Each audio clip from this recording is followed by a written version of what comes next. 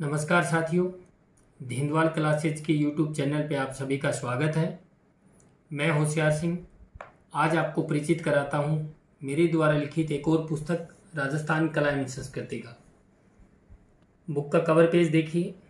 ये इस किताब का तीसरा संस्करण है, यानी इससे पहले भी ये 2 बार संशोधित हो चुकी है और इस बार तीसरे संस्करण में हमने इसे 50 जिलों के अनुसार, यानी इसके पहले दोनों संस्करण थे वो 33 जिलों के अनुसार थे। अब इसे नवगठित राजस्थान के अनुसार 50 जिलों के अनुसार तैयार किया है। अब मैं आपको बारीकी से इस किताब की एक एक खासियत बताऊंगा, एक एक बिंदु पे चर्चा करेंगे, एक एक टॉपिक पे चर्चा करेंगे और मैं बताऊंगा क्यों आपके लिए ये किताब शानदार किताब है और आपकी तैयारी में, जिस परीक्षा की तैयारी आप करना चाह रहे हो उस लक्ष्य तक प्राप्त करने में किस प्रकार से ये किताब आपकी सहायता करेगी। बुक का कवर पेज देखिए और 2 चीज़ें इस पे ज़रूर आपको देखनी है। एक, ये लिखा हुआ मिलेगा कि नवगठित जिलों के अनुसार है। दूसरा, तृतीय संशोधित संस्करण है। मेरा नाम इस पे लिखा हुआ है। सुजस माध्यमिक शिक्षा बोर्ड की पुस्तकों पे आधारित है। मैं बार बार आगे आपको दिखाऊंगा कि किस जगह किन किन स्थानों पे हमने सुजस से मैटर लिया है। और माध्यमिक शिक्षा बोर्ड की 9वीं 10वीं 11वीं 12वीं की जो भी किताबें लगती हैं उनमें जहाँ कहीं भी राजस्थान कला संस्कृति का मैटर है तो वो इसमें शामिल किया है। जगह जगह आपको तस्वीरें मिलेंगी, रोचक प्रस्तुतिकरण है, प्रत्येक टॉपिक के अंत में सारणियाँ वगैरह सारांश दिया गया है और पुरानी परीक्षाओं के प्रश्न जैसा कि हम हमारी हर किताब में डालते हैं, हर टॉपिक के अंत में वो भी डाले हुए। ठीक है, और ये हमारी अन्य किताबें आप देख सकते हो, जो किताबें और प्रचलित हैं वो हैं। और किताब का मूल्य 500 रुपये लिखा हुआ है, तो पहली बार देखने में आपको ये ज़्यादा लगता है कि 500 रुपये, लेकिन बुक स्टोर पे ये किताब आपको लगभग 200 रुपये के आसपास मिल जाती है। कई जगह तो 200 से कम में भी मिल जाती है। तृतीय संशोधित संस्करण है। पब्लिकेशन के मोबाइल नंबर दिए गए हैं। अगर आपको नई आने वाली बुक के संबंध में या इस तरीके से कुछ जानकारी प्राप्त करनी हो, कुछ पूछना हो तो सीधे आते हैं अपने बुक की इंडेक्स पे, विषय सूची पे।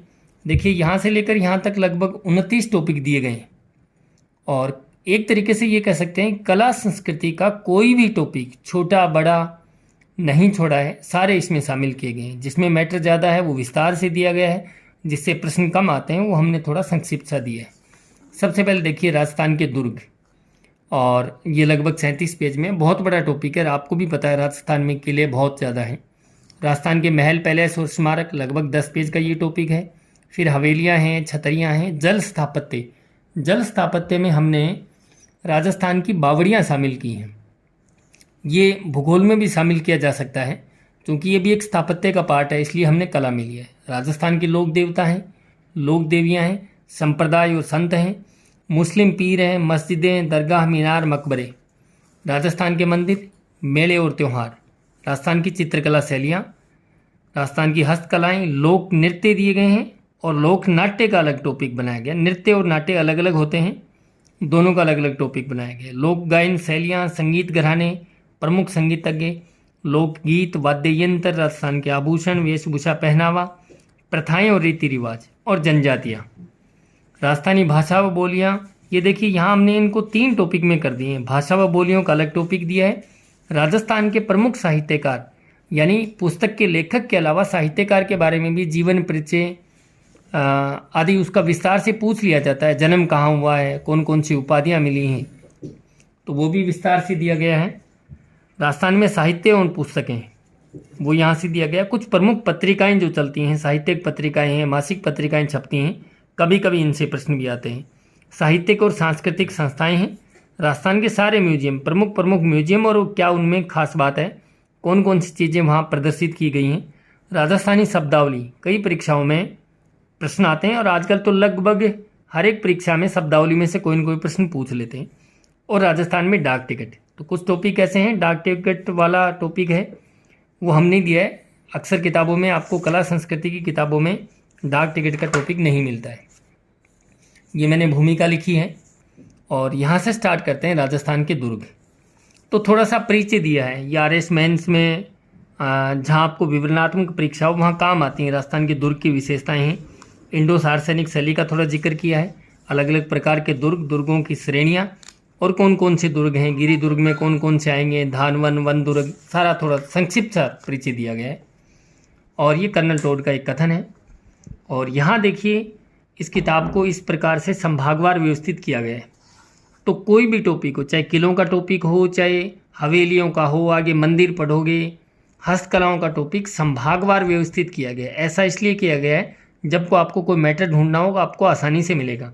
तो सबसे पहले उदयपुर संभाग यानी दक्षिण से हम चलें, उदयपुर, फिर बांसवाड़ा, कोटा, भरतपुर, जयपुर, उसके बाद सीकर, फिर अजमेर संभाग, फिर उधर पश्चिम में पाली, जोधपुर और सबसे अंत में बीकानेर संभाग। तो किसी को भटनेर किला देखना हो तो किलों के टॉपिक के सबसे अंत में आके आपको ढूंढोगे तो मिल जाएगा। उदयपुर संभाग के किले, चित्तौड़ किले का बहुत विस्तार से वर्णन किया गया है। वो इसलिए किया गया है कि इसमें से प्रश्न ज़्यादा आते हैं। ये किले के उपनाम है। और ये देखिए स्रोत लिखा है राजस्थान का इतिहास एवं संस्कृति कक्षा 10 जो माध्यमिक शिक्षा बोर्ड की लगती है। ठीक है, यहाँ यूनेस्को डोजियर का स्रोत दिया गया है। किले की विशेषताएं, इतिहास की घटनाएं यानी कब कब पहला आक्रमण हुआ है, मानमोरी ने चित्तौड़ पर अधिकार किया था, मानमोरी को हराकर बप्पा रावल ने यहाँ से लेकर यहाँ तक 1615 तक मुगल मेवाड़ संधि तक। कुंभा का जिक्र किया गया है, 7 प्रवेश द्वार दिए गए हैं, जल स्रोत हैं, महल हैं, सारे हवेलियाँ वगैरह हैं किले में। किले के सारे मंदिर दिए गए हैं यहाँ से यहाँ तक। उसके बाद विजय स्तंभ का जिक्र है और बहुत विस्तार से दिया गया है विजय स्तंभ। और कीर्ति स्तंभ जो जैन कीर्ति स्तंभ, यहाँ भी हमने स्रोत दिया है।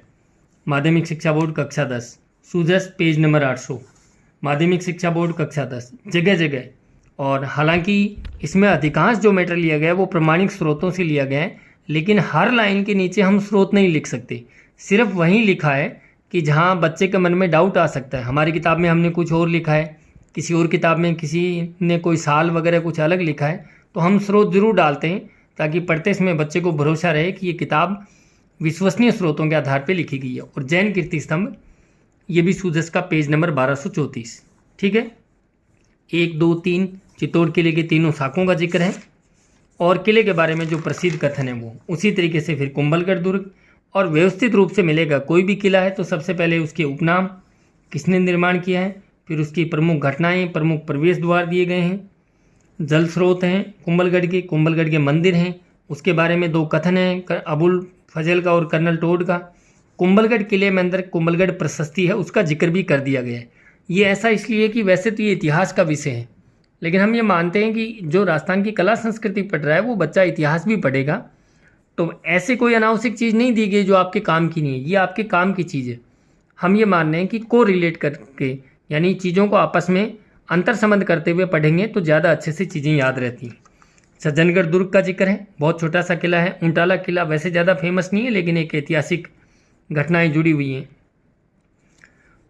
भैंसरोडगढ़ किला, चित्तौड़गढ़, एक एक का जिक्र नहीं करूँगा, मैं कुछ कुछ चीज़ें आपको बताऊँगा। शुरुआत में मैंने थोड़ा इस टॉपिक को विस्तार से बताया है, आगे भी चर्चा करेंगे। इसी तरीके से अब आगे देखिए, अब कोटा संभाग स्टार्ट हो गया। बांसवाड़ा संभाग में कोई ज़्यादा किले नहीं है, बहुत छोटा सा दिया गया है। प्रतापगढ़ के 3 किलों का केवल नाम ही लिखा है। कोटा संभाग, तो कोटा में पहले गागरोन, फिर बूंदी, फिर कोटा का किला आ जाएगा।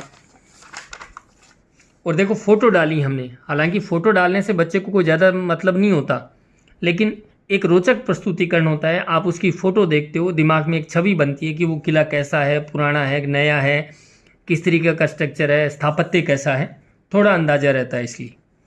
ठीक है, आगे यहाँ भरतपुर संभाग के किले स्टार्ट हो जाते हैं। जगह जगह हमने स्रोत दिया है, यहाँ भी सूजस का स्रोत दिया गया है। रणथंभौर किले का विस्तार से वर्णन है। अब ये देखो, जहाँ हमीर का जिक्र आया है रणथंभौर किले में, तो वहाँ हमीर के बारे में जानकारी और किन किन ग्रंथों से मिलती है वो सारे हमने एक साथ लिखा है। खंडार है, मंडराइल का किला है, और उसके बाद आगे भरतपुर का किला आ जाएगा। भरतपुर आएगा तो बयाना आएगा, वैर है, डीक का किला है, कामा और कुम्हेर। क्योंकि जिन किलों के बारे में केवल इतना ही लगता है हमें कि भी जिला ही पूछा जा सकता है तो विस्तार से वर्णन नहीं दिया गया। शेरगढ़ धौलपुर, आगे जयपुर संभाग के किले आ जाएंगे। तो सबसे पहले आमेर, फिर जयगढ़ दुर्ग है, नाहरगढ़ दुर्ग है, और इस तरीके से ये टॉपिक मैंने आपको थोड़ा विस्तार से बताया है। उसके बाद आगे चलते हैं अगले टॉपिक को, महल और पैलेस का। ये जैसलमेर किला आ गया, ये बीकानेर संभाग सबसे लास्ट में दिया गया है, जूनागढ़ का किला। और देखिए अब जो चीज़ आपको बताने वाला हूँ कि दुर्गों से संबंधित शब्दावली, विश्व धरोहर सूची में कितने किले हैं, किस तारीख को शामिल किया गया, उन किलों का क्षेत्रफल और दुर्गों के उपनाम। ये ऐसा हम इसलिए देते हैं कि हम ये मानते हैं कि जो बच्चा हमारी किताब पढ़ रहा है उसे किसी प्रकार के नोट्स बनाने की आवश्यकता नहीं। एक तो हम नोट्स पैटर्न पे लिखते हैं, आपको हाइलाइटर की आवश्यकता नहीं पड़ेगी। जो पूरी लाइन में सबसे महत्वपूर्ण शब्द है, जहाँ से प्रश्न बन सकता है, वहाँ हमें उसे कलर करते हैं। पुस्तक रोचक लगती है और उसे देखने में, ढूंढने में आसानी रहती है। हालांकि ये किलों के उपनाम है, प्रत्येक किले के साथ लिखे हुए, लेकिन हम ये मानते हैं कि पूरा पढ़ने के बाद बच्चे को ये सारांश है, ये पढ़ना चाहिए। आपको कुछ नहीं करना, हम आपको मैटर इस तरीके से प्रस्तुत करके दे रहे हैं, आपको सिर्फ और सिर्फ पढ़ना है। ये पहाड़ियाँ हैं जिन पे किले बने हुए हैं। कौन कौन से रियासतों के राज तिलक, महलों में कौन से स्थान है वहाँ होते थे। किलों के प्रवेश द्वार बताए गए हैं। तोपें हैं, लिविंग फोर्ट कौन कौन से हैं, और किलों का नाम बदल के क्या किया गया। जैसे चित्तौड़गढ़ का नाम खिजराबाद किया गया, तो आक्रमण करने वाला कौन था। इस तरीके से ये 6 की डिटेल दी है। राजस्थान के सारे शाकों की एक सूची एक साथ दी गई है। ये सारांश है।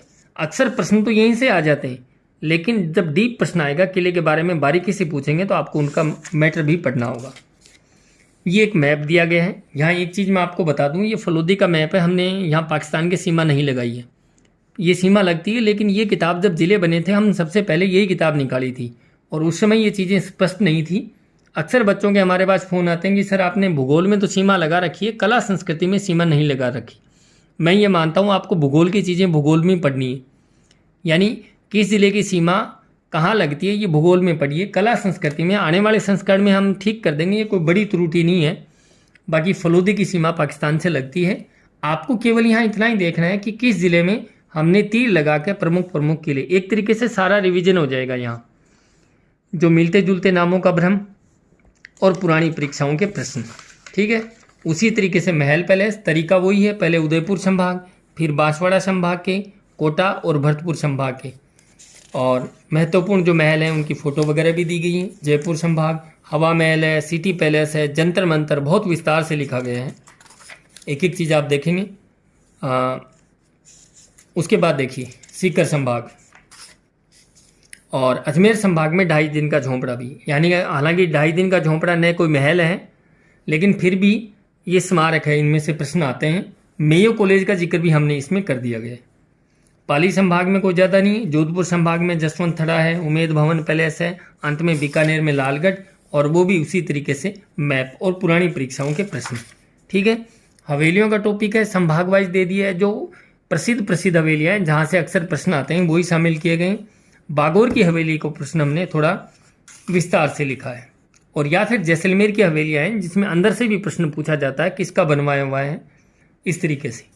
तो बहुत छोटा सा टॉपिक है, 3 पेज का। पुरानी परीक्षाओं के प्रश्न भी दिए गए, हमने 2020 तक के शामिल कर लिए हैं। छतरियाँ, उदयपुर संभाग, कोटा, भरतपुर, जयपुर, सीकर, अजमेर, और ये भी 3-4 पेज का बनता है। जोधपुर संभाग का दिया गया है। बीकानेर संभाग में देवीकुंड सागर की छतरियाँ हैं और जितनी भी अन्य छतरी में हमने बाहर की छतरी दुर्गादास की और पृथ्वीराज तृतीय की छतरी, जो राजस्थान से बाहर हैं, लेकिन हम ये मानते हैं कि जीके पढ़ रहे हो तो आपको ये पता होना चाहिए, इसलिए दे दिया। पुरानी परीक्षाओं के प्रश्न, ये छतरियाँ भी दोबारा मैप में दी गई हैं। और राजस्थान का जल स्थापत्य, जैसा पहले बता चुका हूँ कि जल स्थापत्य में हमने बावड़ियाँ दी, किन बावड़ियों पे डाक टिकट जारी हुई। अब देखना हमने इसमें स्रोत, ये सूजस से डाला हुआ है, पेज नंबर 413, ये सूजस का स्रोत है। ये सूजस पेज नंबर 402, ये सूजस से लिया हुआ है। क्योंकि सूजस में बावड़ियों का टॉपिक बहुत अच्छे से दिया हुआ है, तो हमें लगभग चीज़ें वहाँ से मिल गई हैं, तो बार बार हमने लिखा भी है कहीं, ठीक है। और एक चीज़ देखिए, शायद ही आपको कोई इतना विस्तार से बताएगा। ये रानी जी की बावड़ी का ये प्रश्न आया हुआ, लैब असिस्टेंट 2016। ये प्रश्न डिलीट हुआ था, तो हमने एक बॉक्स डाल के इसमें कारण लिखा है। अगर हमने केवल इतना ही लिख दिया डिलीट, तो बच्चा हमसे पूछेगा या उसके मन में ये शंका आएगी कि ये डिलीट क्यों हुआ। हमने बॉक्स डाल के इसमें लिखा हुआ है कि ये डिलीट क्यों हुआ, ठीक है। जो हमें लगता है, प्रमाणिक स्रोतों में उसे चेक करते हैं, उसके बाद उसे लिखते हैं। राजस्थान के लोक देवता, देखो बुक अलग अलग पैटर्न पे है, यहाँ तक आपको लाल कलर में मिलेगी। अगला पार्ट आपको राजस्थान के लोक देवी देवता संत संप्रदाय वाला ब्लू में है। थोड़ा सा सामान्य से परिचय और सीधे ही रामदेव जी की चर्चा है। गोगा जी विस्तार से लिखा गया, प्रश्न बाहर जाने की संभावना नहीं है।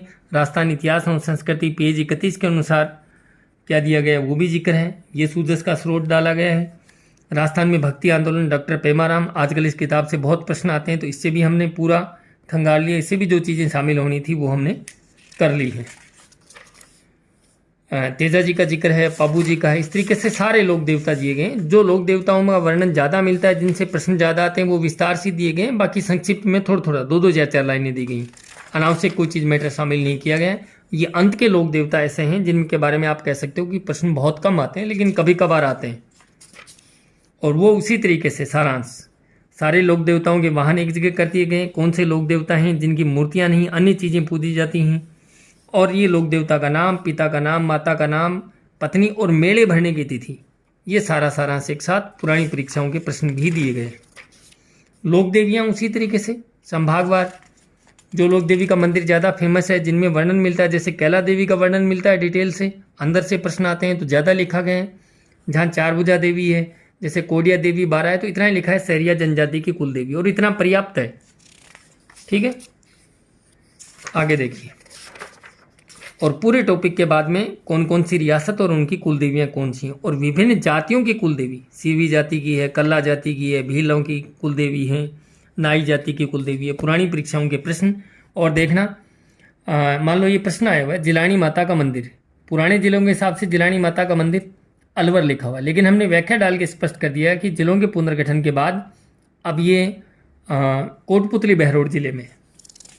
हम ये ध्यान रखते हैं कि जहाँ कहीं भी हमें लगता है कि यहाँ बच्चे के मन में शंका आएगी, तो वहाँ हम व्याख्या डाल के स्पष्ट कर देते हैं। राजस्थान के संत और संप्रदाय, सगुण और निर्गुण धारा की थोड़ी चर्चा की गई है, और पहले हमने सगुण संप्रदाय लिए हैं सारे। शैव है, नाथ है, वैष्णव है, रसिक संप्रदाय है, रामानंदी संप्रदाय है, निम्बारक संप्रदाय है, वल्लभ संप्रदाय में के साथ में हमने वल्लभाचार्य का भी संक्षिप्त सा परिचय दिया है। आगे फिर उसके बाद निर्गुण भक्ति धारा में जसनाथ जी आएंगे, विष्णुई संप्रदाय है, दादू पंथ है, इसमें से बहुत प्रश्न आते हैं, इसलिए हमने इसको विस्तार से लिखा है। उसके बाद दादू पंथ के अन्य जो संत हैं, जैसे सुंदरदास जी हैं, रजब जी हैं, लालदासी, चरणदासी, रामस्नेही संप्रदाय, निरंजनी और रामस्नेही संप्रदाय की 4 शाखाएं, रैण, सिंथल, खेड़ापा और एक मुख्य शाखा ये शाहपुरा है। राजस्थान के संप्रदाय के साथ हमने संत दे दिए, पीपा, धन्ना, दुर्लभ जी हैं, मीरा का जिक्र, रैदास का जिक्र, और अन्य भी छोटे संत, यानी छोटे का मतलब ये है कि यहाँ से प्रश्न कम आते हैं, तो ये संक्षिप्त मैटर इनका भी। उसी तरीके से एक सारांश फिर दिया है, सारे संप्रदाय, उनके प्रवर्तक कौन हैं, मुख्य पीठ और मेला। एक तरीके से एक टेबल भी याद कर लेते हो तो आसान प्रश्न तो आपको सीधा सिर्फ इस टेबल से आ जाएगा। जैन धर्म के संतों का भी जिक्र कर दिया गया है, तुलसी, महाप्रज्ञ और महाश्रमण, और इसमें प्रश्न ठीक ठाक दिए हमने, 73 प्रश्न दिए हैं पुरानी परीक्षाओं के। 2022-23 के ही प्रश्न है ये, तो भी 73 प्रश्न, यानी एक टॉपिक ऐसा है जिसमें से प्रश्न काफ़ी आते हैं। मुस्लिम पीर, तो हमने ख्वाजा मोइनुद्दीन चिश्ती की दरगाह, उनके बारे में, उनकी दरगाह का विस्तार से वर्णन दिया है। यहाँ देखो, ये सूजस का पेज नंबर लिखा हुआ है, सूजस का स्रोत दिया हुआ है, कक्षा 10 की बुक का स्रोत दिया गया है, सूजस का भी लिखा है। ये सारे मुस्लिम पीर हैं। फिर मस्जिदें दी गई हैं, दरगाह दी गई हैं, अन्य दरगाहें दी गई हैं।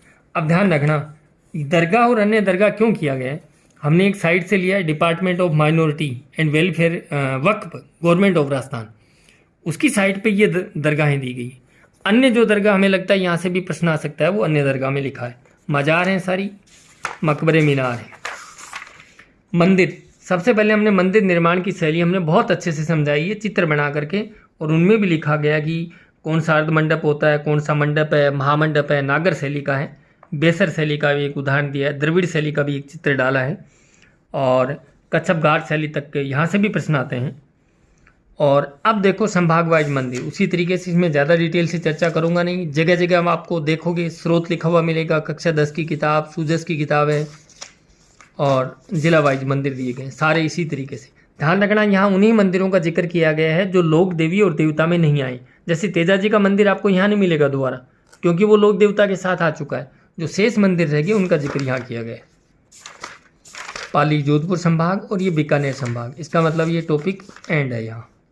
और आप देखिए यहाँ से बहुत प्रश्न आते हैं। मौर्यकालीन मंदिर कौन कौन से हैं, इतने ही हैं। गुप्तकालीन मंदिर राजस्थान में इतने ही, और गुर्जर प्रतिहार के प्रश्न। और ये अभी आया था असिस्टेंट प्रोफेसर में, गुर्जर प्रतिहार शैली का सबसे अंतिम और भव्य मंदिर, और सोलंकी यानी चालुक्यकालीन मंदिर कितने हैं ये।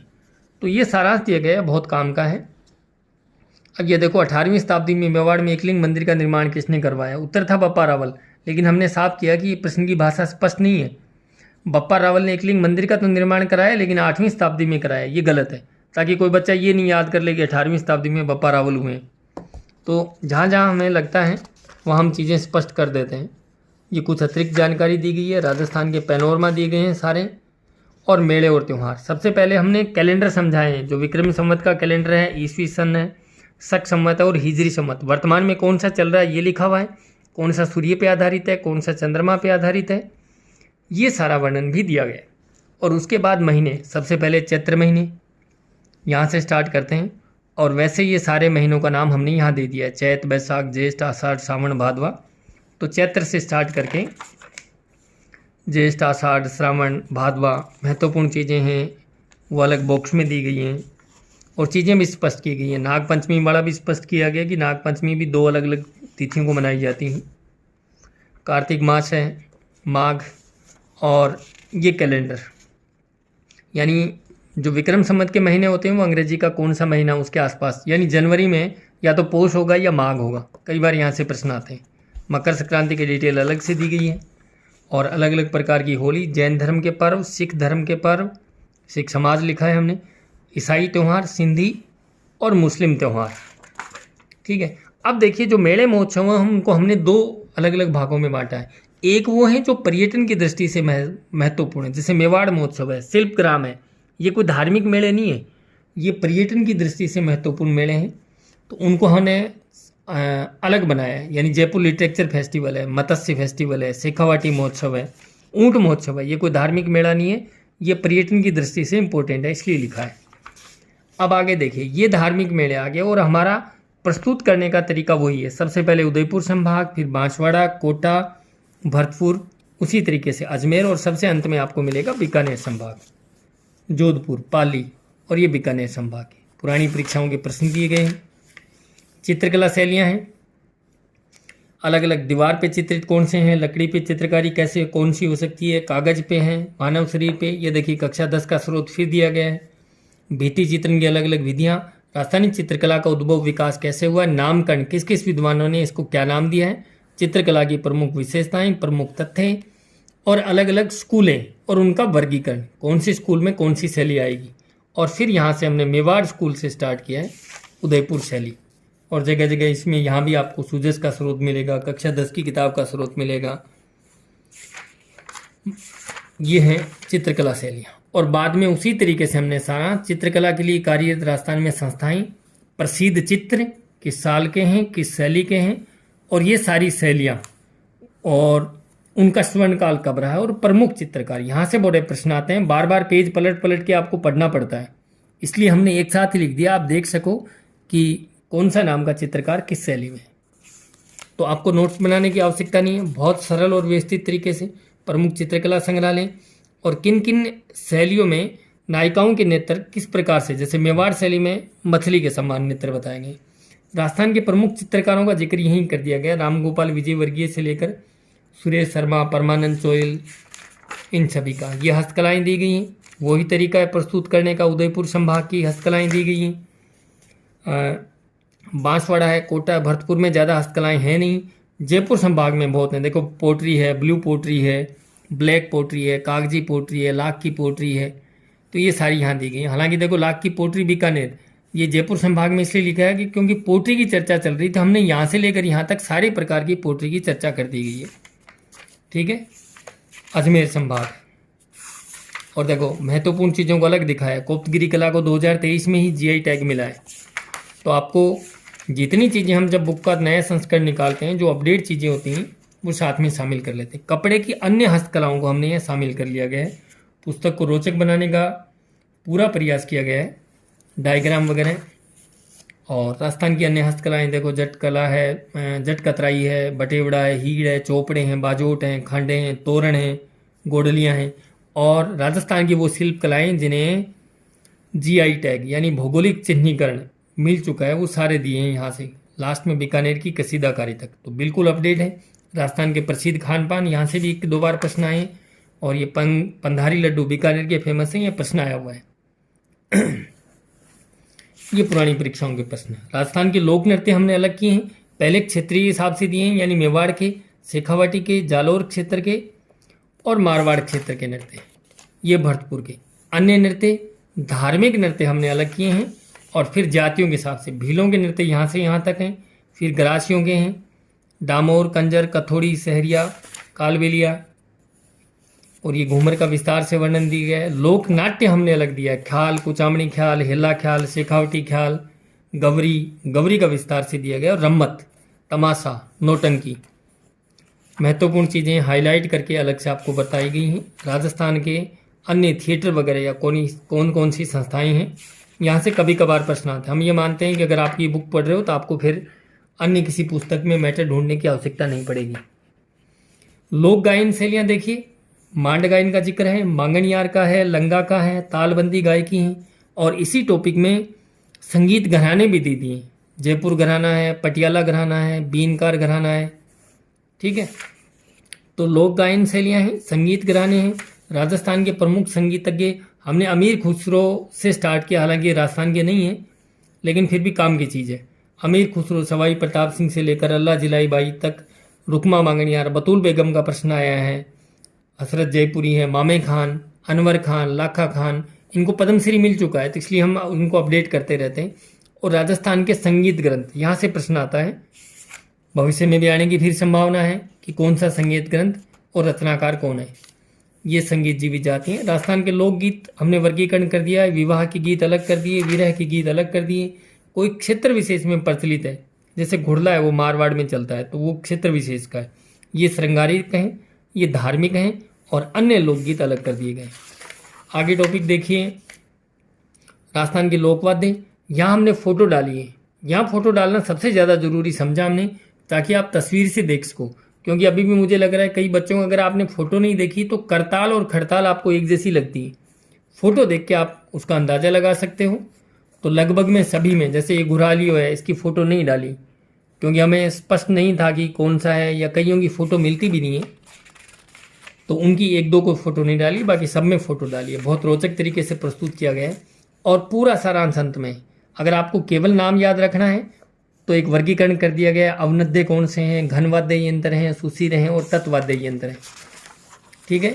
आभूषण दिए गए। आभूषण हम सिर से स्टार्ट किया, सिर से लेकर पैर तक। सिर के आभूषण अलग हैं, कान के अलग हैं, नाक के हैं, गले के आभूषण अलग किए हैं, भुजा के, कलाई के, यहाँ से भी प्रश्न आते हैं। अगला टॉपिक है वेशभूषा पहनावा। और वेशभूषा पहनावा में हमने पहले सारे पगड़ियों की, मारवाड़ की, मेवाड़ के सामंतों की पगड़ियाँ, पुरुषों की वेशभूषा अलग है। अन्य वस्त्र, स्त्रियों के वस्त्र, भीलों के हैं, सहरिया, जनजातियों के वस्त्र भी शामिल कर लिए गए हैं। राजस्थान की प्रथाएं और रीति रिवाज, सती प्रथा है, साका है, जोहर है, केसरिया है, डाकन प्रथा है, दास प्रथा है, विधवा विवाह। और ये पूरा सारांश, कौन सी प्रथा है, कब रोक लगी, सबसे पहले किस रियासत में और उसमें शासक कौन था। और 16 संस्कार, गर्भाधान से लेकर अंतिम संस्कार अंत्येष्टि तक, और विवाह से संबंधित रस्में, मृत्यु से संबंधित रस्में और अन्य रस्में। जनजातियों का टॉपिक देखिए, जनजातियों का टॉपिक बहुत विस्तार से अच्छे से दिया गया है। और इस बार हमने देखो ये स्रोत डाला है, क्योंकि अक्सर मैंने बच्चे ये पूछते हैं कि सर मीणा जनजाति तो जयपुर में ज़्यादा है। हमने देखी एक एक आदमी तक बता दिया कि उदयपुर में ज़्यादा है मीणा, 7,17,696, जयपुर में 4,67,000, यानी लगभग 2.5 लाख का अंतर है। उदयपुर में ज़्यादा है, स्रोत लिखा है, और स्रोत लिखा है इसका मतलब इसका हमारे पास प्रमाण है, तो आपको कोई गलती मिलेगी नहीं। फिर भीलों का है, भीलों के वस्त्र वेशभूषा का द्वारा जिक्र है। ग्रासिया जनजाति है, उनकी रस्में हैं। भाषा बोलियाँ, ये राजस्थानी भाषा का विकास क्रम है। किन किन विद्वानों ने राजस्थानी भाषा का उद्गम किससे माना गया है। जॉर्ज अब्राहम ग्रियर्सन का वर्गीकरण दिया गया है। और डिंगल और पिंगल में अंतर, ये 3 दिवस हैं, हिंदी दिवस, राजस्थानी भाषा दिवस, ये प्रश्न आ चुका है, मातृभाषा दिवस है, और ये सारी बोलियों का जिक्र किया गया है। और राजस्थानी भाषा से संबंधित कार्य किन किन विद्वानों ने किया, यानी उनकी द्वारा लिखी गई किताबें और लेखक का नाम। साहित्यकार, साहित्यकार हमने क्रम से लिया है, जो सबसे पहले हुआ है पुराना है वो पहले, यानी ब्रह्मगुप्त पहले है, ये 7वीं शताब्दी के हैं। चंद्रबरदाई बाद में हुआ, क्रम से। दूरसा आडा, चक्रपाणी मिश्र, साधुमाला, पृथ्वीराज राठौड़, ये चारों महाराणा प्रताप के समकालीन हैं। दूरसा आडा अकबर का दरबारी था, चक्रपाणी मिश्र महाराणा प्रताप का दरबारी, साधुमाला ये भी प्रताप के समकालीन थे। पृथ्वीराज राठौड़ को तो आप जानते ही हो, ये महाराणा प्रताप और अकबर दोनों के समकालीन, फिर मोनोत नैणसी, इस तरीके से साहित्यकारों का विस्तार से वर्णन किया गया है। प्रमुख पुस्तकें, ये देखो कक्षा 10 की किताब में ये टेबल दी गई है, वही टेबल हमने हूबहू यहाँ डाली है। अलग अलग शैलियाँ, रासव, ख्यात, वचनिका, उनमें क्या क्या अंतर है। और साहित्य का वर्गीकरण हमने ऐसे किया कि संस्कृत साहित्य, फिर जैन साहित्य, फिर फारसी वाले सारी किताबें, और ख्यात, रासो जितने भी, ये जवान रासो का असिस्टेंट प्रोफेसर में आया था, हमने लिखा भी है जवान रासो सीताराम रत्नू, लेकिन उसमें लेखक का नाम नहीं पूछा गया था, उसमें युद्ध का पूछा था कि फलां युद्ध का वर्णन किस पुस्तक में है, तो जवान रासो हमने ढूंढा तो हमारे पास सिर्फ इतना वर्णन था कि सीताराम रत्नू द्वारा लिखा हुआ है।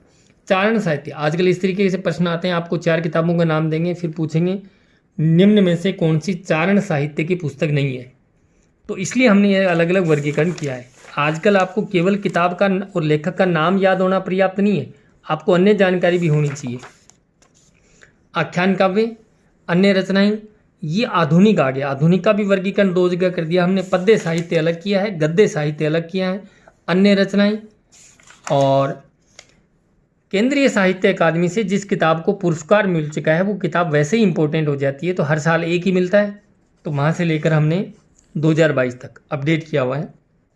शासकों, राजस्थान के राजाओं द्वारा संत साहित्य और संतों की रचनाएं ये अलग से दी गई हैं ताकि आपको ढूंढने में आसानी रहे। स्वतंत्रता आंदोलन से संबंधित रचनाएं अलग दी गई हैं। साहित्य में प्रश्न यानी महत्वपूर्ण प्रश्न अलग दिए गए। ठीक है, अब बड़े छोटे छोटे टॉपिक बचते हैं।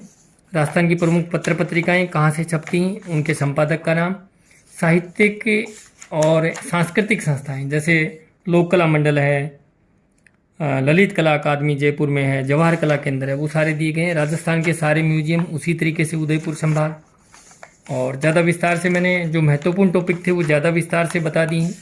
वैसे वीडियो काफ़ी लंबा हो गया है। राजस्थान की शब्दावली, सब सारी परीक्षाओं में तो नहीं आते, कभी कभी इनमें से प्रश्न आ जाते हैं, तो वो सारी शब्दावली हमने अलग अलग किया है। पशुपालन संबंधी, सिंचाई संबंधी, कृषि संबंधी, राजस्थान के परंपरागत खेल, खान पान संबंधी शब्दावली, और अंत में एक टॉपिक दिया गया है राजस्थान में डाक टिकट। ये हमारा टेलीग्राम चैनल है, आप स्कैन करके इससे ज्वाइन कर सकते हो। उसमें हम और अपडेट डालते रहते हैं बुक्स के बारे में। ये मेरा लेखक परिचय दिया गया है। तो ये किताब है राजस्थान कला एवं संस्कृति, मैंने विस्तार से बताने की कोशिश की है।